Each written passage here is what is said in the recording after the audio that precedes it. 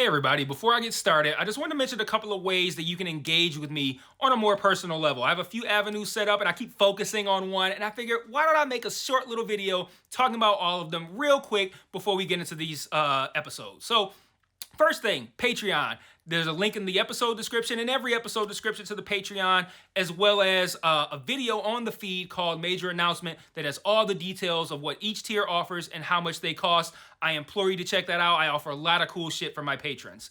Second thing, the Discord channel. There's also a Discord link in the episode description and in every episode description. I have multiple channels set up there for each show that I'm covering, and it's a great way to just engage with me. I have a channel set up for MMA talk as well. I'm a big MMA fan, so if you're an MMA fan, you can check that out as well. There's a link to the Discord in the episode description. And then lastly, the Facebook and Twitter. Social media. Follow me on there. I post news on there. When I say news, I mean like, hey, I'm stopping covering this show. Hey, I'm starting covering this show. Let me know what you think about this.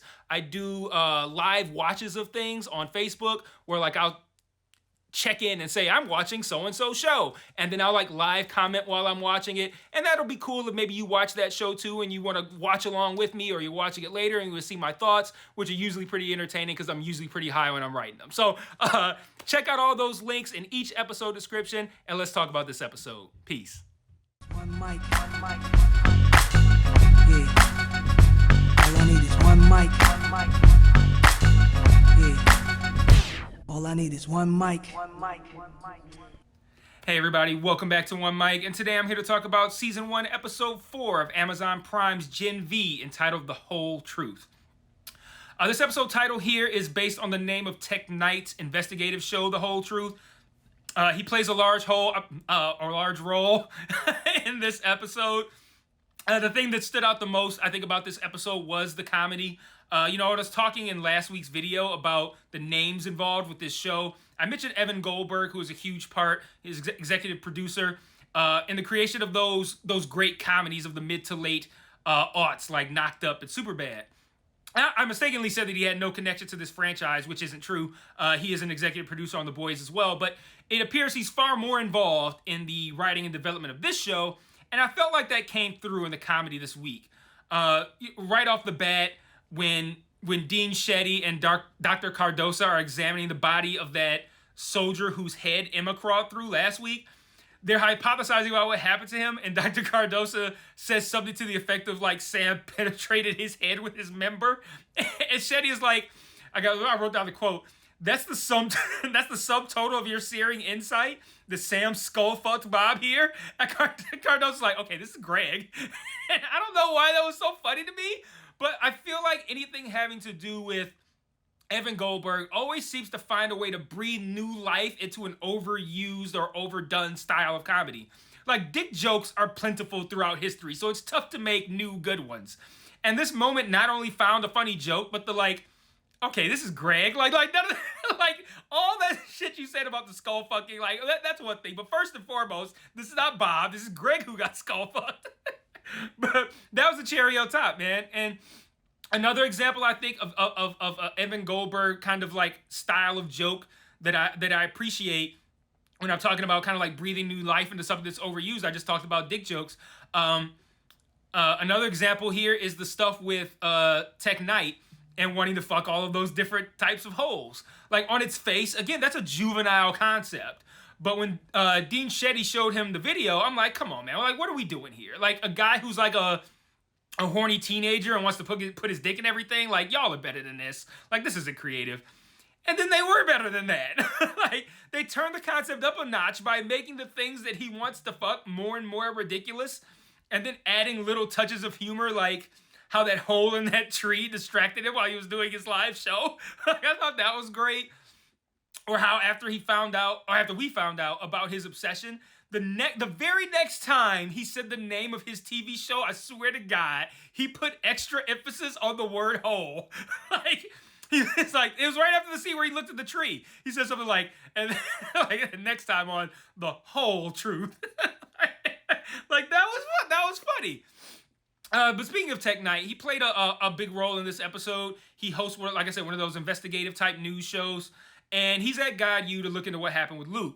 And he also has powers, which seem to be I don't know how to describe it, a keen ability to read body language. I think that's the best way of stating what he does, but it still feels like it's not quite doing his abilities justice. Like, for example, he smells Kate on Andre's breath and deduces that they fucked. Like, so it's a bit more than reading body language, but like, I don't know how to better describe that. But when we see Tech hone in on Marie in a classroom and decide he's going to use her to show how to break a witness, we know this is going to go bad for Marie, and it does. She admits to having done nothing but run and gives Jordan full credit for the fight against Luke. This is actually a good segue into one of the things that I didn't like about this episode, which was Marie and Jordan making out. Like, that completely felt out of left field. If we were supposed to be picking up sexual tension in their angry interactions, no one informed either actor that they were supposed to be giving that, because that makeout scene that felt forced and, most importantly, unnecessary. But I'm gonna have a little bit more. I have a little appendix to that a little bit later, because if it is necessary to have Jordan and Marie have some sort of sexual chemistry, they'd have given an ounce of effort into putting it on screen prior to that kiss. But like I said, I have a little thought. Another thing I didn't like, it also involved Jordan. And again, these are minor nitpicks, but it's an early scene where the group is discussing, I think it's like maybe like the first or second scene of the episode. They're discussing how to deal with like Sam having escaped and everything that we've learned so far after the first 3 episodes. And the new rankings come out while they're all talking. And Andre is unsurprisingly number 1. And Jordan is number 5. And Andre's like, we've got bigger things to worry about. And Jordan's like, says number 1. And like, that's not, she said it as if that was a strong counterpoint, and it wasn't. Like, the fact that the person who is number 1 is saying it's not important is a good thing. Like, that comment works if the rankings are dumb and irrelevant, and the person who is number 1 tries to make them sound important. Then you can go, says number 1, but the opposite is what's happening here. The rankings are important, and the person who's number 1 is downplaying them in order to focus on Sam and Emma. That's what you want, Jordan. So your stupid fucking, like, it says number 1. Like, it's dumb, it doesn't make sense, and it like, the Jordan character, I said it in the last video that character hasn't landed with me. Continued. The character's just not landing with me, dog. Like, they just keep having Jordan say and do stupid fucking things, and I don't know. I just don't like the Jordan character. The last thing I didn't like is minor, but I'm going to use it kind of as a setup to close by talking about the Emma and Sam dynamic, and then I have a few additional thoughts at the end. Throughout the episode, we see Emma and Sam on the run, and they're bonding with one another over this idea of Sam thinking that Emma's going to abandon him when she sees how much of a nut job he is. And we do end up seeing how much of a nut job Sam is. I think we, the audience, understand that this could be a byproduct of the experimentation that's been done on him, but of course, Emma's not going to know all of that. And as something of an outcast herself, I think this strengthens the resolve between with Emma as it pertains to sticking with Sam no matter what. And we learned that Sam holds Dr. Cardosa in particular responsible for his treatment, and he sets out to find him, which culminates in a great showdown at Dr. Cardosa's house between Sam and, I don't know, I need to come up with a name for them. It's easy to say the boys. Like, I need to come up with the kids. But Andre, Kate, Marie, Jordan. Everything seems under control until Andre stupidly and outwardly asks, what the fuck is Sam's problem?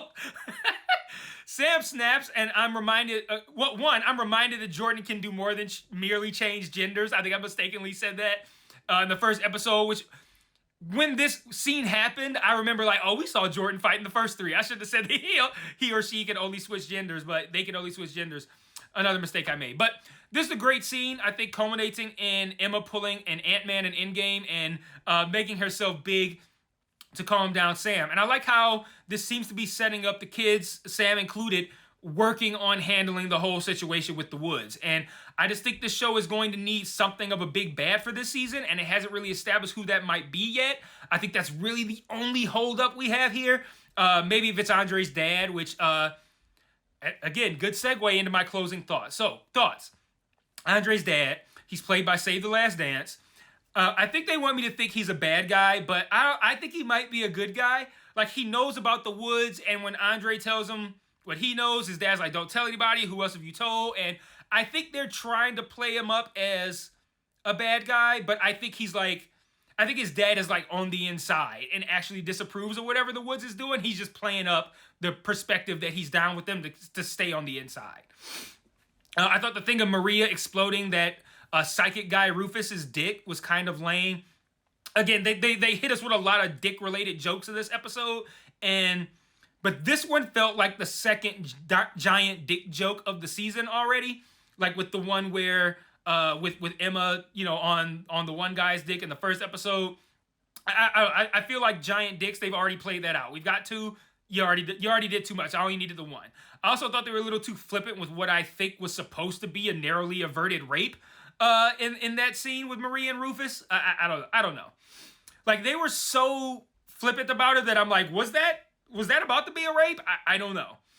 But I am interested in this whole kind of like blacking out thing that Maria seems to be going through. Like, she blacked out right before she appeared in Rufus's room when Rufus had his dick out. And then at the end of the episode, as Maria's promising to help with everything, she gets cut off mid-word and is then cut to her in bed with Jordan.